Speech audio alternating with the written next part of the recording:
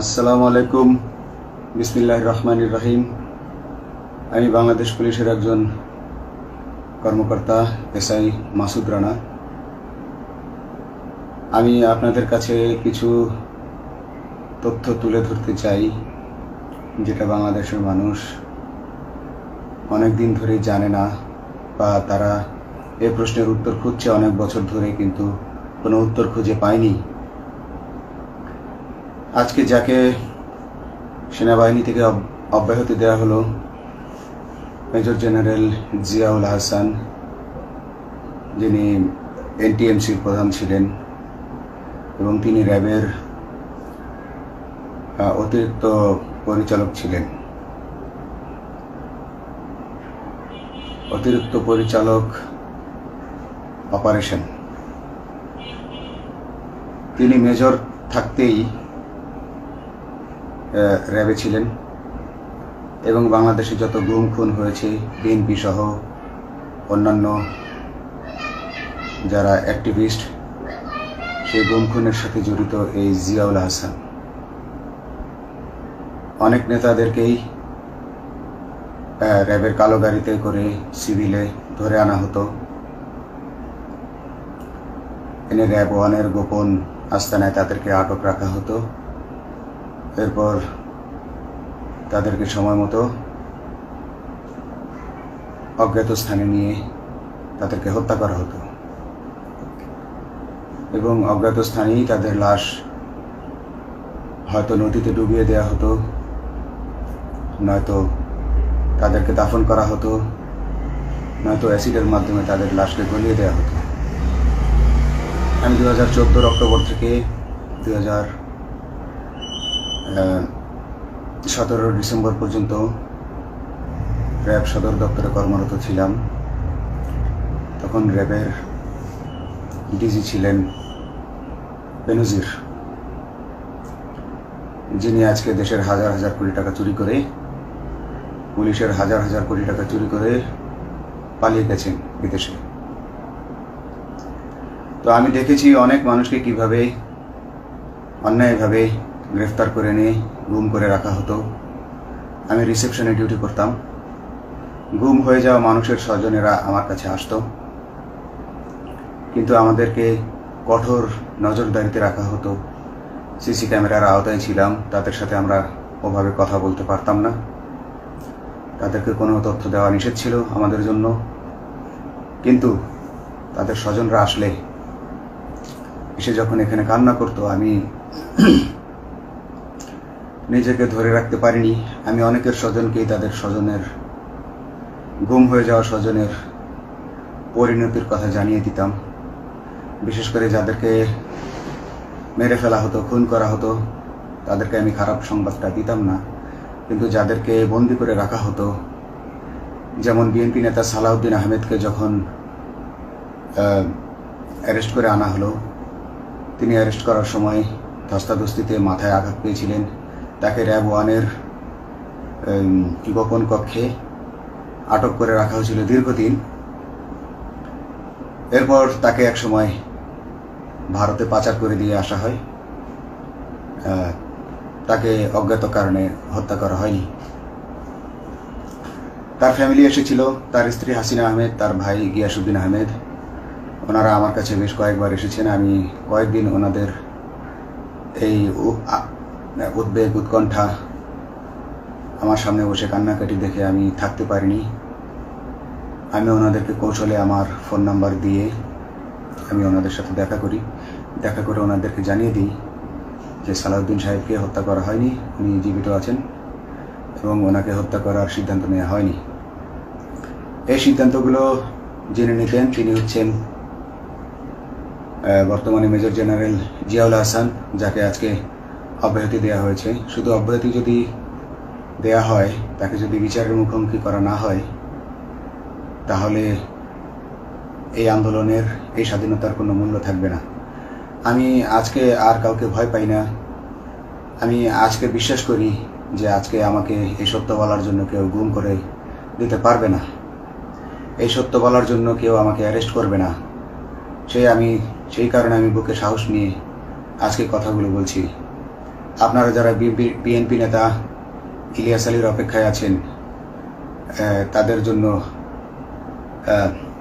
দুঃখজনক সংবাদ। তাকে অনেক আগেই হত্যা করা হয়েছে।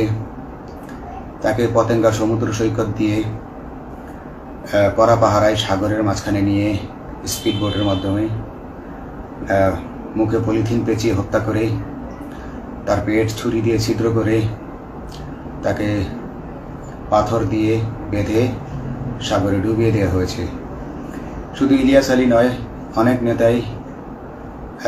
অনেক নেতার সন্ধান যারা আজও পাননি। কিছু মানুষ তো আয়না ঘর থেকে উদ্ধার হয়েছে, কিন্তু যাদেরকে আপনারা পাননি তাদের সবার এই করুণ পরিণতি হয়েছে। আমি যদিও তারা এই কাজগুলো গোপনে, অতি গোপনে করত এবং র্যাবের অন্যান্য শাখার কর্মরত কর্মকর্তা কর্মচারীরা এটা জানতো না, কিন্তু আমি অত্যন্ত বিচক্ষণভাবে আমি এই খবরগুলো নিতাম, কারণ আমি জানতাম এগুলো একদিন আমি প্রকাশ করতে পারবো। এবং এই দিনটার অপেক্ষায় ছিলাম আজকে এত বছর, মানুষের কাছে সত্য প্রকাশের। বাংলাদেশের মানুষ জানুক যে কারা খুনি, কারা এত মানুষকে গুম খুন করেছে, এই দেশ থেকে এই দেশে ত্রাসের রাজত্ব কায়েম করেছে। তারা মাদকের ক্রস ফায়ারের নামে যে হত্যা ট্র্যাডিশন চালু করেছিল, এই ট্র্যাডিশনের উদ্দেশ্য ছিল বিরোধী দলের লোকজনকে হত্যা করা। কারণ পুলিশ এবং সেনাবাহিনীর অনেকেই মানুষ হত্যা করতে ভয় পেত, তারা এটাতে অভ্যস্ত ছিল না। অনেকেই অনেক সাহসী, কিন্তু একটা মানুষকে হত্যা করার পর তারা আর ঘুমাতে পারতো না, তাই তারা এসব কাজ করতো না। কিন্তু খুনে হাসিনা কিছু মানুষকে এভাবে হত্যা করতে করতে পুরস্কৃত করার মাধ্যমে হত্যা করতে অভ্যস্ত করে ফেলে। তারাই এই গ্রেফতারকৃত, এই গুমকৃত মানুষদেরকে গুলি করে হত্যা করত। এবং তারা এতটাই নিষ্ঠুর যে তারা এক একজন কয়েক শত করে হত্যা করেছে। এবং এই মানুষগুলোর সংখ্যা বেশি নয়, কারণ সবাই লাশ দেখতে পারে না। একটা মানুষকে খুন করার পর লাশের যে ছটফটানি এবং মাথায় গুলি করার পর মাথার যে বিকৃত অবস্থা, এই জিনিসগুলো আমাদের অনেকেই আমরা সহ্য করতে পারি না। তাই আমাদের মধ্য থেকে কিছু হায়নাকে বেছে নিয়ে তারা একটা টিম গঠন করে, তাদেরকে র্যাব সদর দপ্তরে বেনজির আহমেদ প্রতি মাসে পুরস্কার দিতে ডাকতেন। এবং প্রত্যেকটা র্যাবের বিভিন্ন শাখায় এরকম দু একজন রাক্ষস ছিল যারা মানুষকে শ্যুট করত, গুলি করত, হত্যা করত এবং গুম করত। তারা এখনো আছে। তাদেরকে আমি নতুন সরকারের কাছে দাবি জানাবো, তাদেরকে বের করতে হবে, তাদেরকে বিচারের আওতায় আনতে হবে। না হলে এত শহীদের বিনিময়ে যে ফ্যাসিবাদ থেকে, যে স্বৈর শাসন, যে খুনি হাসিনার হাত থেকে আমরা মুক্তি পেয়েছি, সে মুক্তির প্রকৃত মূল্য আমরা পাবো না, প্রকৃত স্বাদ আমরা পাবো না। এই খুনিদেরকে বের করতে হবে, এই খুনিদেরকে বের করে আইনের আওতায় আনতে হবে। বাংলাদেশ পুলিশ কখনোই গুলি করতে অভ্যস্ত ছিল না। আপনারা জানেন একসময় পুলিশ যে গুলি করতো না, এটা নিয়ে অনেক ব্যঙ্গচিত্র ছাপা হতো পত্রিকাগুলোতে, যে গুলি না করতে গুলি খেলনার বন্দুকে পরিণত হয়েছে। তো কিন্তু সেই নিরীহ পুলিশকে রক্তপিপাসু হিসেবে শেখ হাসিনা তৈরি করেছে। তবে সবাই নয়, কিছু কিছু মানুষ আপনারা দেখেছেন, এবং এই আন্দোলনের ভিডিও ফুটেজ দেখলেও দেখবেন যে কয়েক শত পুলিশের মধ্যে কেবলমাত্র কয়েকজনই জনতার দিকে গুলি ছুড়ছে। তো আপনারা ঢালাওভাবে পুলিশকে আপনাদের আক্রমণের নিশানা বানাবেন না। নতুন সরকার অবশ্যই এর বিচার করবে। আমি আশাবাদী নতুন সরকারের কাছে। তারা যদি আমার কাছে কোনো তথ্য চায়, আমি তথ্য দেব ইনশাল্লাহ। এবং এই খুনিদেরকে, এই রাক্ষসদেরকে বের করতে হবে। প্রতিটি গুমের, প্রতিটি হত্যার সুষ্ঠু তদন্ত করলে এগুলো বের হয়ে আসবে বলে আমি আশা করি। এবং আমি চাই এরা ধরা পড়ুক, এদের বিচার হোক, না হলে এরা যুগে যুগে এই রাক্ষস যুগে যুগে রয়ে যাবে, আমাদের মাঝেই তারা লুকিয়ে থাকবে এবং যুগে যুগেই তারা মানুষের রক্ত পান করেই যাবে। পুলিশ বাহিনী মানুষকে সেবা করবে, এটাই হওয়া উচিত পুলিশের ধর্ম। পুলিশের ধর্ম হবে মানুষ, পুলিশের জন্য, পুলিশ মানুষের জন্য। উন্নত রাষ্ট্রের পুলিশ যেভাবে, মানুষ যেভাবে পুলিশকে ডাকলেই পুলিশ 5 মিনিটের মধ্যে ছুটে যায়, তাকে সাহায্য করে। আমরা বিভিন্ন ভিডিওতে দেখি যে পুলিশ হাঁসের বাচ্চাকে রাস্তা পার করে দিচ্ছে, একজন অন্ধ মানুষকে রাস্তা পার করে দিচ্ছে। বাংলাদেশের পুলিশ এমনটাই করতে চায়, আমরা এমনটাই করতে চাই, কিন্তু সেই পরিস্থিতিতে আমাদেরকে রাখা হয়নি। আমাদেরকে রাখা হয়েছে দৌড়ের উপর, আমাদেরকে রাখা হয়েছে বিভিন্ন অন্যায় কাজের উপর, বিভিন্ন অন্যায় আদেশের উপর। কেউ যারা মেনেছে তারা ভালো ভালো জায়গায় পোস্টিং নিয়ে থেকেছে, যারা মানেনি তাদেরকে খারাপ খারাপ জায়গায় পোস্টিং দেওয়া হয়েছে, কারো চাকরি হয়ে হারিয়েছে, কাউকে সাসপেন্ড করে রাখা হয়েছে। আমি নিজেও একজন এইসব এমন বৈষম্যের শিকার, অন্যায় মিথ্যা মামলার শিকার হয়ে আমি নিজেও বর্তমানে সাসপেনশন অবস্থায় আছি এবং এই সাসপেনশন অবস্থায় থেকে আমি আল্লাহর কাছে শুকরিয়া জানাই, কারণ এই সাসপেনশন থাকার কারণে আমি ছাত্র জনতার আন্দোলনের সাথে সংযুক্ত হতে পেরেছি। আমি সবসময় আল্লাহর কাছে দোয়া করেছি যে আল্লাহ তুমি আমাকে মুজাহিদ হিসেবে কবুল করো, আমাকে জিহাদ করার তৌফিক দান করো এবং আমাকে শহীদী মৃত্যু দান করো। এবং আল্লাহ আমার দোয়া কবুল করেছেন। আমি ছাত্র জনতার সাথে এই জিহাদে অংশগ্রহণ করেছি, ছাত্র জনতা সফল হয়েছে। আমি গর্বিত আমি এই আন্দোলনে একজন পুলিশ অফিসার হয়েও আমি অংশগ্রহণ করতে পেরেছি। তো যাই হোক, আমি চাইব যে বাংলাদেশ পুলিশের, র্যাবের যে সকল কর্মকর্তা অগণিত মানুষের গুম খুনের সাথে জড়িত ছিল তাদেরকে ধরা হোক, তাদেরকে আইনের আওতায় আনা হোক। আমাদের মতো অনেক অফিসার আছি যারা এসব কুকর্মের সাক্ষী, আমরা সাক্ষ্য দেব। আমরা এখন আর ভয় পাই না। আমরা আসলে যে ভয় পেয়েছি তা নয়, আমাদের বাহিনীতে টিকে থাকাটা জরুরি ছিল। জনগণের স্বার্থেই আমাদের বাহিনীতে থাকা জরুরি ছিল, কারণ আমরা যদি বাহিনী থেকে আউট হয়ে যেতাম তাহলে এসব তথ্য আমরা জানতে পারতাম না এবং জনতার কাছে পৌঁছাতে পারতাম না। জনতার কথা বলতে হলে, জনতার সাথে থাকতে হলে আমি পজিশনেও থাকতে হবে। এই জন্য অনেক কিছুই প্রকাশ করিনি, কারণ আপনারা ভালো মতোই জানেন যে অনেক সেনাবাহিনীর মেজরকেও গুম করে দেওয়া হয়েছে যারা মুখ খুলেছে। আমি তো একজন সামান্য সাব ইন্সপেক্টর, আমাকে গুম করে দেওয়া তাদের 1 সেকেন্ডের ব্যাপার ছিল।